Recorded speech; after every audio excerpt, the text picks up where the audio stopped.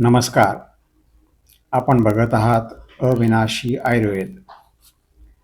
भारतीय तत्त्वज्ञानात काही आश्चर्यकारक गोष्टी आहेत, ज्याचा विचार आपण कधी करू शकलो नाहीत. अशा गोष्टींचा मागोवा घेतल्यानंतर आपल्याला त्या तत्त्वज्ञानाबद्दल अधिकच आदर आणि जिज्ञासा निर्माण होते. त्यातलाच एक विषय आपण आज बघत आहोत. आजच्या प्रस्थापित शास्त्रामध्ये DNA वरून व्यक्तीची ओळख आणि त्याच्या वंशाची ओळख करता येते. या संशोधनाची सर्वांनाच खूपच आश्चर्यकारक बाब आहे म्हणून ही व्यक्त करावीशी वाटते आणि ते तसं सत्यही आहे.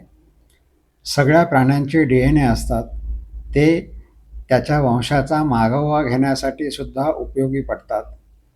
अगदी काही शतकं उलटून गेली तरीसुद्धा त्यावेळचा DNA आणि आत्ताच्या DNAची तुलना करून तोच हा वंश आहे किंवा नाही हे शोधता येऊ शकतं. अगदी 700-800 वर्षापूर्वी मृत झालेल्या व्यक्तीचे अस्थी जर मिळालेत तर त्याच्या वंशाच्या आजच्या त्या DNAशी तुलना करून त्याची निश्चिती करता येते.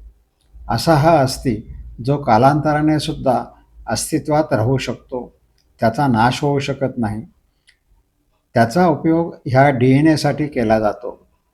जगाच्या पाठीवरती राजवंशांच्या अशा पद्धतीच्या वंशनिश्चिती करण्यासाठी त्याचा उपयोग केल्याच्या घटना आहेत. थोडक्यात अस्थी हा शरीराचा असा एक भाग आहे की जो अनेक वर्षसुद्धा अस्तित्वात राहू शकतो आणि तो त्या व्यक्तीची ओळख पटवण्यासाठी उपयोगी पडू शकतो. असा हा शरीरातला अस्थी. यावर भारतीय तत्त्वज्ञानाबद्दल कशा पद्धतीने विचार केला आहे तो फक्त आपल्या पुढे मांडतो. भारतीय तत्त्वज्ञानानुसार आपल्याकडे मृत झालेल्या व्यक्तीला अग्निकर्म करून अग्नी देऊन नष्ट करतात. ही जी पद्धत आहे या पद्धतीचे अनेक फायदे आणखीनही काही वर्णन करता येतील. तो भाग वेगळा.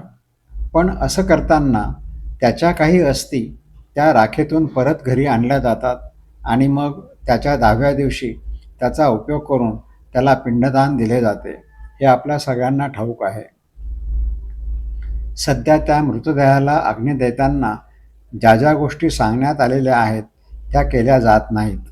परंतु प्राचीन इतिहासातून काही मंत्र म्हणायचे असतात ते दिलेले आहेत आणि ते त्या अग्नीच्या संदर्भाने असतात. अग्नी ही देवता आहे.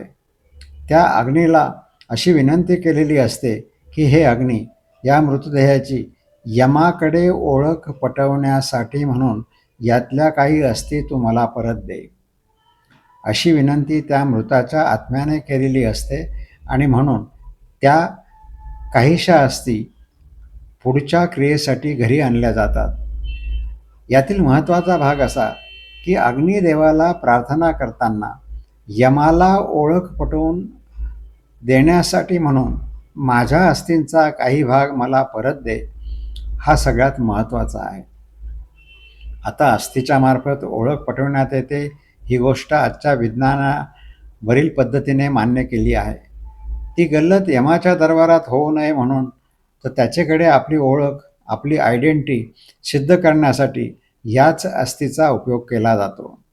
त्यातील भाषा वेगळी असेल, सांगण्याची पद्धती वेगळी असेल, त्याचे अर्थ काढताना कदाचित काही अवघड वाटत असेल, पण अस्थी हा आपल्या ओळखीचा भाग आहे हे त्या अतिप्राचीन काळापासून सर्व मानवजातीला ज्या तत्त्वज्ञानाने माहिती दिली, ते तत्त्वज्ञान आणि त्याचे विज्ञान किती सर्वश्रेष्ठ होतं याची जाणीव होते. ते काही हजारो वर्षापासून अस्तित्वात आहे याकडे मी आपलं लक्ष वेधू इच्छितो.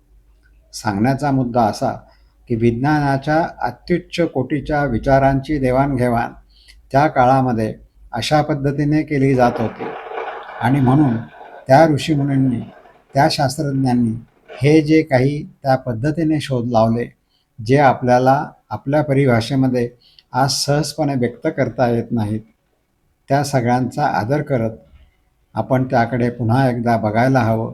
हेच सर्वात जास्त महत्त्वाचं आहे, हे निश्चित. धन्यवाद.